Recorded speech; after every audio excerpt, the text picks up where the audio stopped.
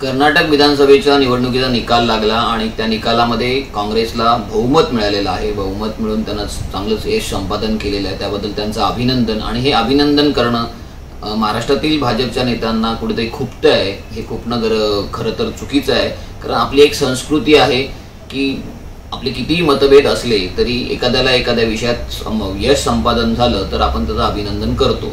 त्याप्रमाणे महाराष्ट्रातील सर्वच राजकीय पक्षांनी आणि पक्षाच्या नेत्यांनी त्यांचं अभिनंदन केलेलं आहे। स्वतः मोदी साहेबांनी त्यांचं अभिनंदन केलेलं आहे। त्याचबरोबर आमच्या महाराष्ट्र नवनिर्माण सेनेचे अध्यक्ष राजसाहेब ठाकरेंनी त्यांचं अभिनंदन केलं, त्या अन्यही लोकांनी अभिनंदन केलं। त्यामुळे त्यात काही वावगं नाही आहे असं मला वाटतंय। परंतु हा विजय संपादन जो झाला तो एकंदर कर्नाटकामधील जनतेचा जो निकालाचा कल पाहता जनतेचा जो रोष आहे तो ह्या निकालाच्या माध्यमातून दिसून येत आहे।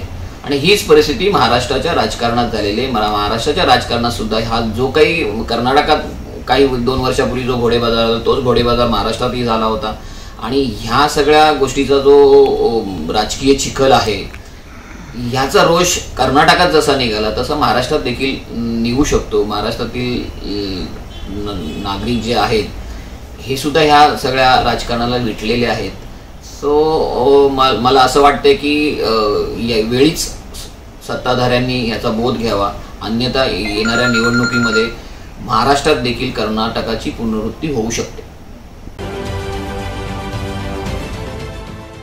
देश विदेशातील प्रत्येक घडामोडींचे लाईव्ह अपडेट मिळवण्यासाठी आता साम टीव्हीच्या सर्व सोशल मीडिया प्लॅटफॉर्मला लाईक, फॉलो आणि सबस्क्राईब करा।